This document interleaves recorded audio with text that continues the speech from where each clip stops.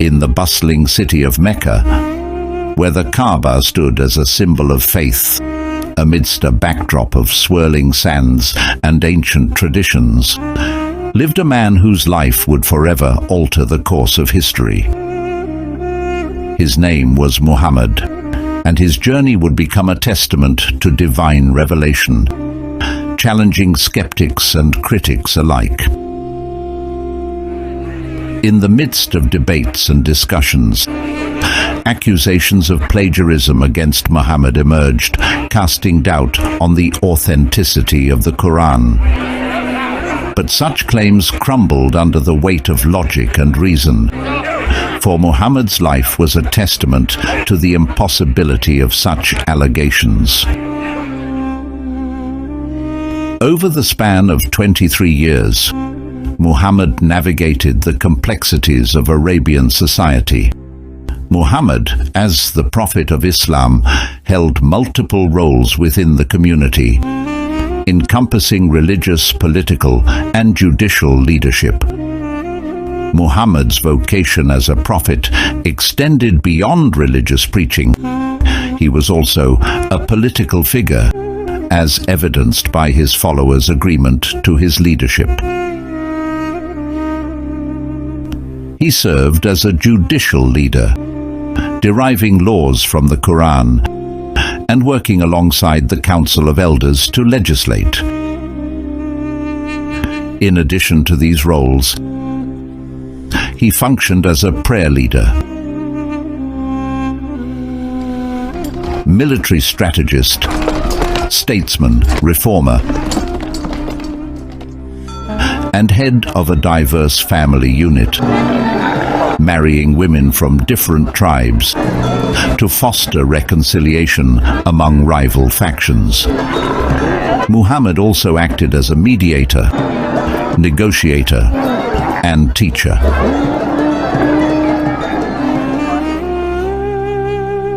His mission was characterized by a lack of sectarianism or barriers in human relations, emphasizing unity and belief in the one God.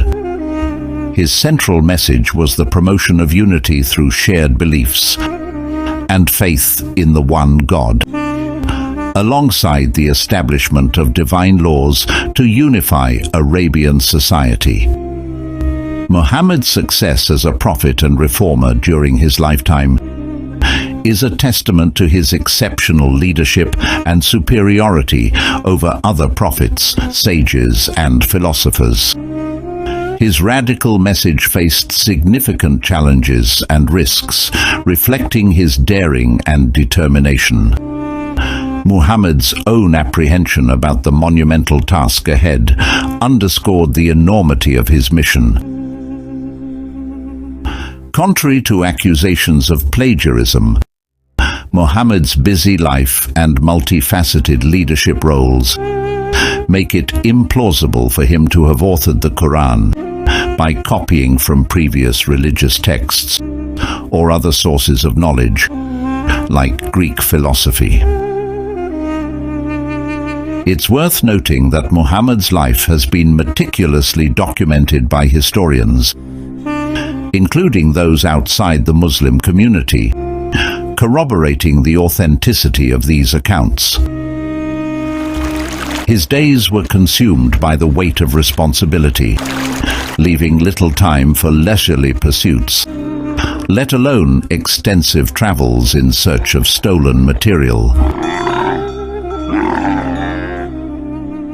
Critics failed to acknowledge the impossibility of Muhammad undertaking such a feat, given his multifaceted responsibilities and the absence of formal educational institutions or libraries in Mecca. To suggest that he could have traveled extensively to gather material for the Quran was not only illogical, but also disrespectful to the profound depth of his character and integrity. There is insufficient evidence to support the claim that the Quran was copied or plagiarized from other sources, including Greek or other cultural texts, especially when examining the educational and cultural context of 6th and 7th century Arabia. During this period, literacy rates in Arabia varied widely, depending on factors like region, social status, and cultural background. While some individuals, particularly those involved in trade, religious activities, or governance, may have been literate, the general population likely had lower levels of literacy. Access to formal education was limited, especially outside urban centers, and education was primarily passed down through oral tradition within families, tribes, or communities. Formal schooling focused on practical skills, religious teachings, and cultural norms, rather than a broad range of academic subjects. Written materials were scarce, and access to them was restricted. Therefore, it is unlikely that Muhammad would have had access to a wide range of sources from which to copy or plagiarize the Quran. Moreover, the Quran itself addresses this accusation by asserting that Muhammad was an unlettered man who could neither read nor write. اقرأ باسم ربك الذي خلق. This fact challenges the notion that Muhammad could have copied the Quran from existing written sources, as he would have lacked the necessary literacy skills to do so. Additionally, while there might have been some interest in knowledge from other civilizations, such as the Greeks, the level of access to and awareness of Greek knowledge would have been limited in Arabia. Geographical distance, cultural and linguistic barriers, and the scarcity of written materials would have made it challenging for Arabs to access Greek knowledge directly. Although prior to declaring his prophethood at the age of 40, Muhammad embarked on numerous trade journeys to regions like Syria, which was then under the rule of the Roman Empire and largely Christian. However, the distance between Mecca or Medina and these distant lands was too great to allow for frequent travel back and forth to gather material for his religious book. Overall, the lack of widespread education and limited access to written materials in 6th and 7th century Arabia make the accusation of plagiarism against Muhammad highly improbable and unsupported by historical evidence. While there may have been a general curiosity about knowledge from other civilizations, the practical limitations of the time would have made it improbable for Arabs in this period to have significant interest or engagement with Greek knowledge. Furthermore, Muhammad's companions, who stood by him for over 2 decades, could not have been fooled into believing in his prophethood if it were merely a charade. The idea that Muhammad might have deceived his companions momentarily is plausible, but suggesting that this deception persisted for 23 years is insulting to his companions' intelligence.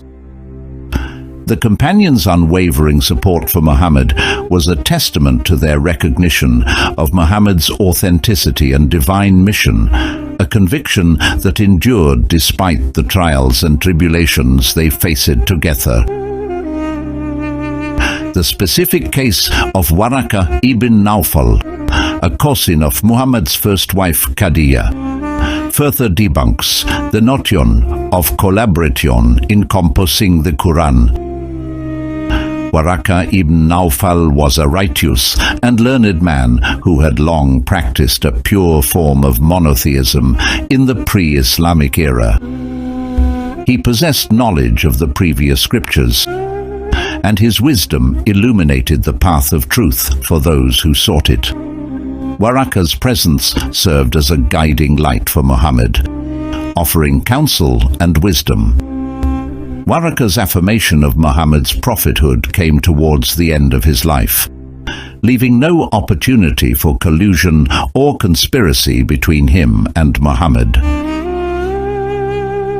The idea that Waraqa collaborated with Muhammad in composing the Quran is nothing more than a fallacy, devoid of any factual basis. This is primarily because at the time of their association, Muhammad had not yet declared his prophethood. Waraqa likely had only a few days to interact with Muhammad in his role as a prophet. Additionally, Waraqa himself expressed regret that he would not live long enough to provide support to Muhammad against the persecution from the people of Mecca. Furthermore, accusations of collusion with Christians and Jews are baseless, as both groups rejected Muhammad's prophethood and stood in opposition to his message. The Jews of Medina held animosity towards Muhammad, viewing him as a threat to their religious authority over the uneducated masses. Possessing the Torah, they served as the moral and legal authority for the pagan Medinites, who looked to them for guidance in resolving disputes. Muhammad's introduction of a new scripture challenged their intellectual dominance, especially since he descended from the lineage of Ismail, contrary to their expectations regarding the prophecy of the last prophet. History, not just Islamic, documents their secret conspiracies against Muhammad, including breaching trust and aligning with Muhammad's Meccan enemies, nearly eliminating Muslim nation from the land in its infancy. Thus, it's implausible to suggest their collaboration in crafting the Quran. Similarly, the Christians residing in Najran, located in the southern region of Arabia, near the Yemen border, were geographically distant from Muhammad's sphere of influence in Medina. The elders of the Christian community in Najran, when confronted with Muhammad's claim to prophethood during the Mubahala challenge, neither affirmed nor denied his status as a genuine prophet. Instead, they chose to accept his authority without embracing his teachings. Despite the lack of outright rejection, their reluctance to endorse Muhammad's prophethood underscores their skepticism regarding his message.